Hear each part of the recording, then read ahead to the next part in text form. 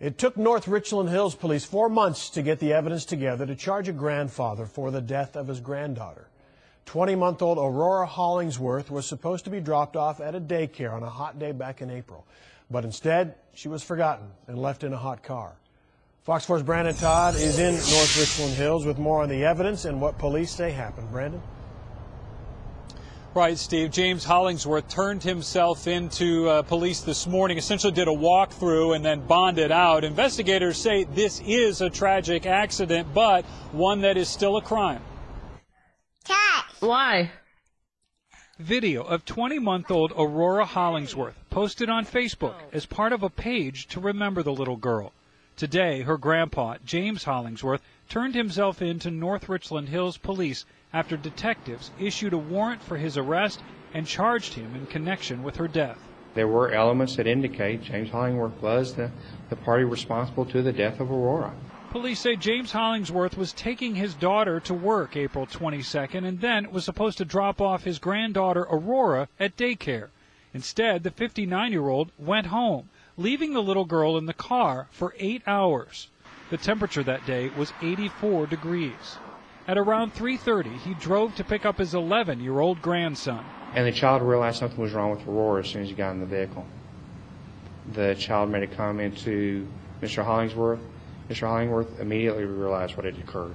Police say Hollingsworth stopped the car in the 7500 block of Bercy, just a few blocks from his home, and called 911. A passerby also stopped to help, but when paramedics got there, Aurora was pronounced dead. James Hollingsworth spoke to me briefly at his home off camera, referring me to his attorney and telling me this has been very hard on the family. Aurora's mother, who actively posts on a Facebook page to remember Aurora, posted this today. I miss how she'd start coming up to me, saying, "Mom," and then I'd start running in a circle, and she'd start running in a circle behind me, too. Back in April, Linda Hollingsworth spoke with Fox 4 about the family Aurora leaves behind. She had family that loved her, and everyone who knew her loved her, and she had 2 older brothers and an older sister who miss her greatly. The attorney for Hollingsworth, Lex Johnston, told me today in a statement that he intends to show that Hollingsworth should not be held criminally liable for this terrible tragedy that has affected the entire family. And police tell me the reason that it took 4 months to get a charge in this case is that it was only last week that the medical examiner's tests were done and the cause of death was determined. Steve?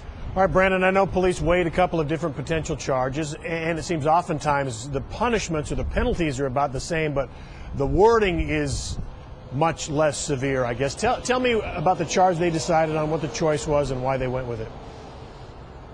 Right, they talked about that earlier today. Detectives looked at the facts in the case, had a choice between injury to a child and manslaughter. Both of them are second-degree felonies, but the difference, Steve, is level of intent. It's kind of what you were talking about. Since Hollingsworth didn't appear to have done this on purpose, they went instead with the injury to a child by omission. Okay. Steve?